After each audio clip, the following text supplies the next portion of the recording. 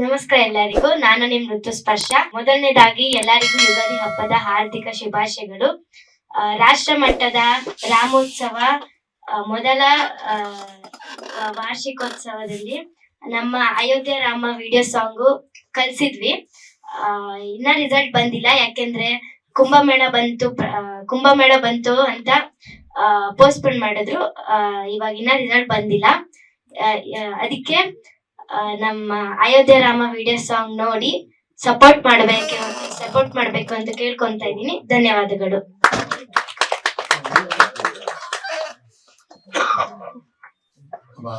ನಿರ್ದೇಶಕರು ಹೇಳಿದ್ರು ಬೆಳಿಚುಕ್ಕಿ ಅವರು ಒಂದೊಂದು ಸಿಂಗಲ್ ಟೇಕ್ ಖಂಡಿತ. ಯಾಕಂದ್ರೆ ನಾನು 2 ಸಿನಿಮಾದಲ್ಲಿ ನಮ್ದು ತಾರಕೇಶ್ವರ ಹಾಗೂ ಗಂಗೆ ಗೌರಿನಲ್ಲಿ ಎರಡರಲ್ಲೂ ಆಕೆ ಪಾತ್ರ ಮಾಡಿದ್ದಾರೆ. ಗಂಗೆ ಗೌರಿನಲ್ಲಿ ಗೌರಿ ಪಾತ್ರ, ತಾರಕೇಶ್ವರದಲ್ಲಿ ಸುಬ್ರಹ್ಮಣ್ಯನ ಪಾತ್ರ. ಆಕ್ಚುಲಿ ಏನು ಈ ಪೌರಾಣಿಕ ಪಾತ್ರ ಹುಡುಗಾಟ ಅಲ್ಲ.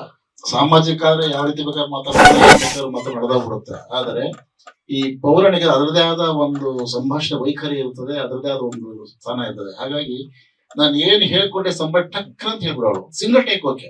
ಈಗ ಗಂಗೆ ಗೌರಿಲಿ ಗೌರಿ ಪಾತ್ರ ಆಗಿರ್ಬೋದು, ಸುಬ್ರಹ್ಮಣ್ಯನ ಪಾತ್ರ ಆಗಿರ್ಬೋದು, ಅದ್ಭುತವಾಗಿ ತನ್ನ ವಯಸ್ಸಿಗೆ ಮೀರಿದ ಅಂತ ಪಾತ್ರ ಆಕೆ ಮಾಡೋದು. ಯಾಕಂದ್ರೆ ದೊಡ್ಡವರೇ ಇವತ್ತು ಡೈಲಾಗ್ ಹೇಳ್ಬೇಕಾದ್ರೆ ತೊಡಸ್ತಾರೆ, ಆದ್ರೆ ಯಾವುದೇ ಕಾರಣಕ್ಕೂ ಆಕೆ ಸ್ಪಷ್ಟವಾಗಿ ಡೈಲಾಗ್ ಹಾಕ್ತಿದ್ದು. ಅದು ನನಗೆ ಖುಷಿ ಆಯ್ತಿತ್ತು. ಹಾಗಾಗಿ ಖಂಡಿತವಾಗಿ ಆಕೆ ಒಂದೇ ದಿನದಲ್ಲಿ ಸಾಂಗ್ ಮಾಡೋದಕ್ಕೆ ಹೆಚ್ಚೇನಿಲ್ಲ. ಆಗ ಕೆಪಾಸಿಟಿ ಇದೆ, ಪ್ರತಿಭೆ ಇರೋದ್ರಿಂದ ಮಾಡ್ಲಿಕ್ಕೆ ಸಾಧ್ಯ ಆಯ್ತು. ಇದ್ರ ಇನ್ನೂ ಹೆಚ್ಚೆಚ್ಚು ಬರ್ಲಿ. ಯಾಕಂದ್ರೆ ಅವ್ರ ತಂದೆ ತಾಯಿ ಮನಸ್ಸು ಮಾಡಿದ್ರೆ ಯಾವ್ದನ್ನ ಕಮರ್ಷಿಯಲ್ ಮಾಡೋದಾಯ್ತು, ಬ್ರೇಕ್ ಡ್ಯಾನ್ಸ್ ಅಥವಾ ಭರತನಾಟ್ಯ ಯಾವ್ದನ್ನ ಮಾಡೋದಾಯ್ತು. ಆದ್ರೆ ಶ್ರೀರಾಮಚಂದ್ರನ ಮೇಲೆ ಮಾಡಿದೊಂದು ಅದೊಂದು ದೊಡ್ಡ ಒಂದು ಸಾಧನೆನೇ ಸರಿ. ಬೇರೆ ಮಾಡೋದಾಯ್ತು ಕಮರ್ಷಿಯಲ್ ಆಗಿ, ಬೇರೆ ಅದನ್ನ ಮಾಡಿ ಆಕೆ ಪ್ರತಿಭೆ ತೋರಿಸ್ಬೋದಾಗಿತ್ತು. ಆದ್ರೆ ಶ್ರೀರಾಮಚಂದ್ರನ ಮೇಲೆ ಮಾಡಿ ನಮ್ಮ ಏನು ಆರಾಧ್ಯ ದೈವ ಅಂತ ನಾವು ಹೇಳ್ತೀವಿ, ನಮ್ಮ ಹಿಂದೂ ಸಮಾಜದಲ್ಲಿ, ನಮ್ಮ ಭಾರತ ದೇಶದಲ್ಲಿ ಆರಾಧ್ಯ ದೈವ ಶ್ರೀರಾಮಚಂದ್ರ ಅಂತ ಹೇಳ್ತೀವಿ. ಅದನ್ನು ಮಾಡಿರೋದ್ರಿಂದ ಇದೆಯಲ್ಲ, ದೊಡ್ಡ ಹೆಮ್ಮೆ ಪಡ್ತಕ್ಕಂಥ ನಾವು ಹಿಂದೂ ಹೆಮ್ಮೆ ಪಡ್ತಕ್ಕಂಥ ವಿಚಾರ.